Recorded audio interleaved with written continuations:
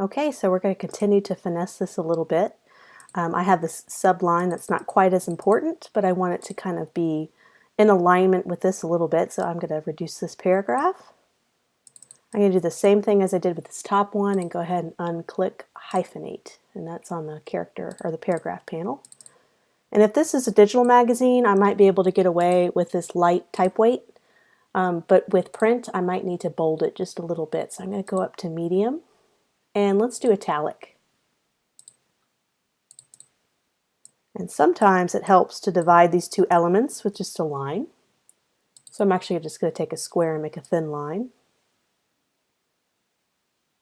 Let's have it go out to there. And I'm going to make that yellow, kind of bring out the yellow a little bit. I need to make that a little thicker, so sometimes you got to zoom in quite a bit more. Let's go ahead and zoom into 200%.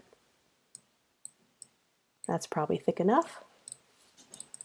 That's perfect. Let me zoom out, but let me just do 150%. Let me do 100%. I miss my trackpad where I can just do it with my fingers on my laptop. Okay, so I like that. Let's actually make this a little bit bigger. So I'm just going to highlight this. I'm actually going to do Command, Shift, and drag, and I can actually drag all of these elements.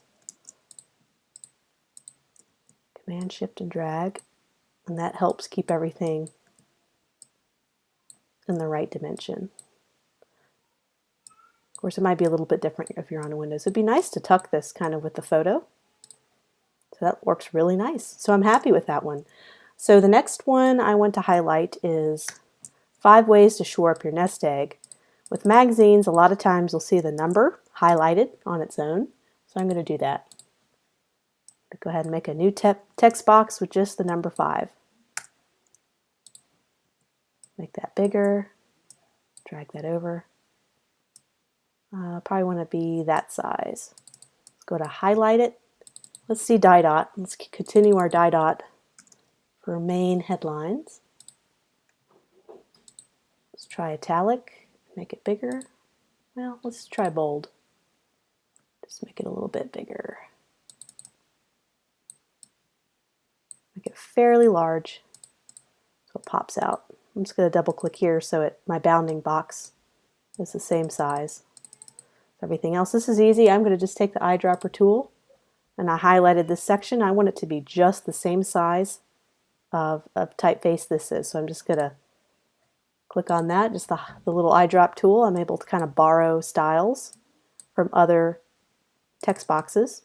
I'm going to right align this. I'm just going up to my alignment in my character panel, right align. Let's tuck that here. It might even be better if I do like this, because I still have one more article that I want to bring up right here. So now we can start shifting these around. I think I can make this 5 a lot bigger. Let's make that a lot bigger.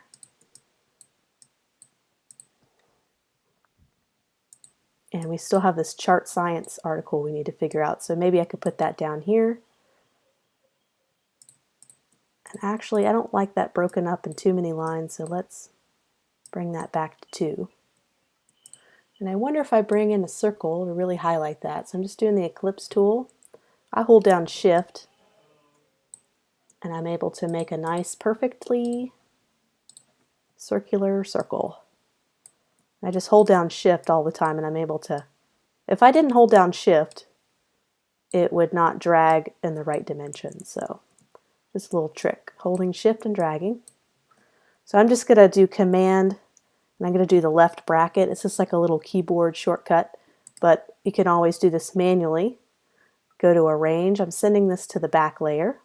I always send it to the back, and then I can actually right-click, Arrange, and bring to front. I'm going to just do it manually. There we go. Kind of highlight that might be a little too much. So what we could do, let's do a rectangle. And you could actually go to layers, and you could actually create different layers just like Photoshop. If you wanted to, let's do that. I'm going to take this image and I'm going to cut it. So I'm cutting that out. I'm going to create a new layer.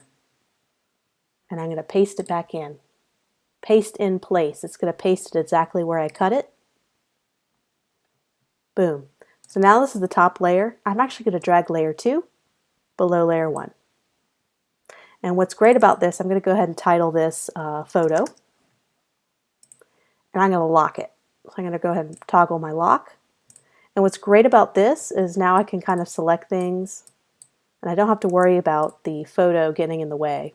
So when I actually make this what I want it to make it, which is going to be a highlighted yellow box, instead of having to do all that going back in layers and everything, I could just do arrange and send to back. And it doesn't go beyond the photo because now the photo is in a separate layer and it's locked. So it just kind of keeps that photo locked in place.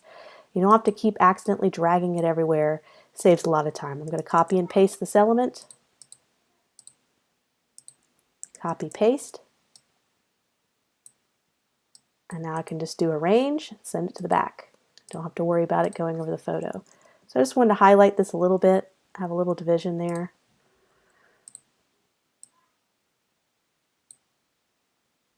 Let's put a little more line spacing.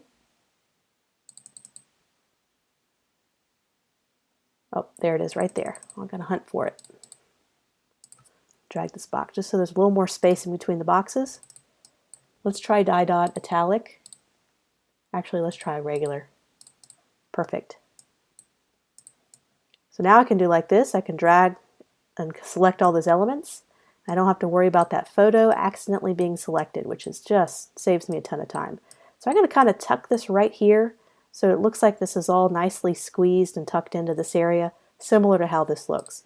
So now we just have one more to incorporate and our front cover will be done, and we will have kind of a nice typography picked out and kind of a little bit of branding for the rest of the magazine.